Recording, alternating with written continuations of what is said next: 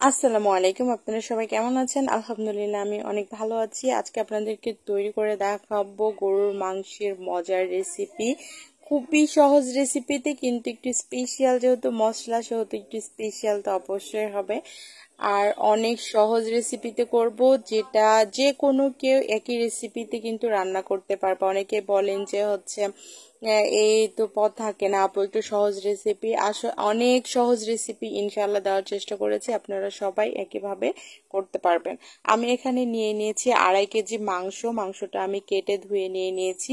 এখন আমি একটা প্যানের মধ্যে একবারে নিয়ে নিয়েছি, দিয়ে দিয়েছি আমি এখানে 2 কাপ পেঁয়াজ কুচিটা আসলে মাংসে একটু বেশিই লাগে, তাহলে কিন্তু মাংসের গ্রেভিটাও অনেক সুন্দর হয়। তো এই যে আমার পেঁয়াজটা হয়ে গেছে, এখন আমি দিয়ে দেব 1/2 কাপ কাঁচামরিচ কুচি, দিয়ে দেব আমি আদা রসুন বাটা মিলিয়ে 4 চা চামচ,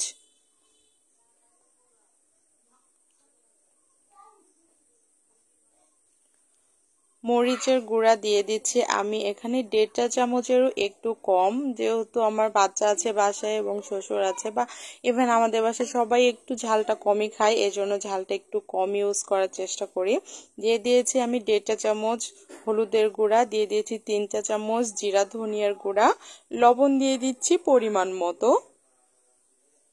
দিয়ে দেব আমি মাংসের মশলা, দারচিনি, এলাচ, তেজপাতা, বড় এলাচ, লবঙ্গ, কাবাব চিনি, আর দিয়ে দিচ্ছি আমি রান্নার রেগুলার তেল। আমি তেলটা কিন্তু একদমই মাংসে কম ইউজ করি, যেহেতু মাংস থেকে এক্সট্রা তেল বের হয়, এজন্য আমি মাংসে তেলটা কমই ব্যবহার করি। দিয়ে এই যে হাতের সাহায্যে মাংস মেখে নিলাম। আমার মনে হয় মাংস একটু হাতের স্পর্শ না হলে ভালোই লাগে না, তো এই যে হাত দিয়ে মেখে নিলাম। মেখে আমি এই মাংসটা 10 থেকে 15 মিনিট ম্যারিনেট করে রাখবো। মাংস মাখিয়ে ম্যারিনেট করে কিছুক্ষণ যদি রাখা হয়, সে মাংসটার টেস্টটা কিন্তু অনেক বেশি হয়। যদি হাতে সময় না থাকে তো ইনস্ট্যান্ট রান্না করা যায়।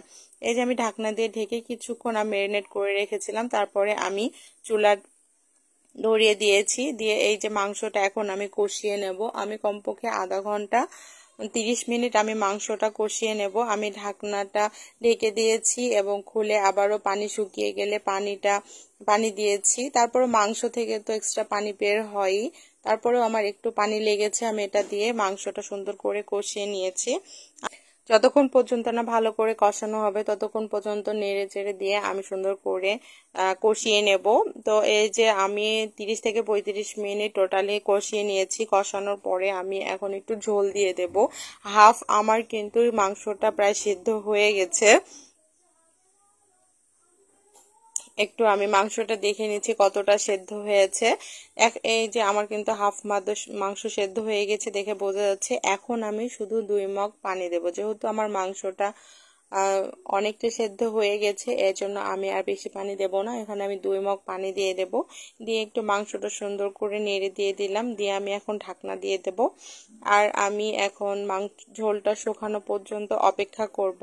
এই যে আমার ঝোলটা কিন্তু টোটালি শুকিয়ে এসছে। এই পর্যায়ে আমি আরো কিছু মশলা অ্যাড করব। আমার মাংসটা কিন্তু সেদ্ধ হয়ে গেছে পুরোপুরি।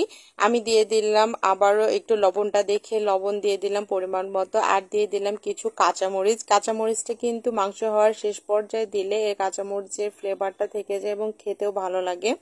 এখন আমি দিয়ে দেব মাংসের মশলা। আর স্পেশাল মাংসের মশলা না হলে কিন্তু আসলে মাংসের টেস্টটা হয় না। এই সময় যদি মশলাটা টেস্ট বাড়ানোর জন্য ব্যবহার করেন তো অবশ্যই টেস্ট হতে হবে। যারা মনে করবেন যে এত মশলা তো আমার বাসায় নাই বা করা হয় না, তারা কিন্তু ইনস্ট্যান্ট জিরার গুঁড়া বা আস্ত জিরাটা ভেজে আপনারা এটাকে গুঁড়া করে যদি মাংসের শেষ পর্যায়ে দেন, তাহলেও কিন্তু মাংসের টেস্টটা অনেক বেশি হয়। তারপরেও যদি এভাবে মশলা তৈরি করে নেন বাসায়, তো তৈরি করে নিলেও অনেক মাশাআল্লাহ অনেক সুন্দর হয়। যে মশলাটা দিয়ে কিন্তু ঢাকনা দিয়ে একটু ঢেকে রাখতে হয়। দিয়ে 5 থেকে 7 মিনিট পরে ঢাকনাটা খুলে মাংসটা নেড়ে নেবে। ব্যাস হয়ে গেল মজাদার কিন্তু গরুর মাংসের রেসিপি। আর বাবুর্চিরাও কিন্তু একইভাবে রান্না করে, এরা কিন্তু আলাদা কোনো এক্সট্রা মশলা ইউজ করে না, এভাবেই রান্না করে। আর এভাবে রান্না করলে আমার মনে হয় না যে যে মাংস রান্না করবে সে মাংসের টেস্ট না হয়ে থাকবে। অবশ্যই 100% মাংসের টেস্ট হতেই হবে। আমার হাতের গরুর মাংস কিন্তু সবাই আমাদের বাসায় অনেক বেশি পছন্দ করে। আশা করি আপনাদেরও অনেক বেশি ভালো লেগেছে। ভালো লাগলে অবশ্যই অবশ্যই অবশ্যই আমার চ্যানেলটিকে সাবস্ক্রাইব করবেন, পেজটিকে ফলো করবেন, লাইক কমেন্ট শেয়ার করবেন আর আমার জন্য দোয়া করবেন। আল্লাহ হাফেজ।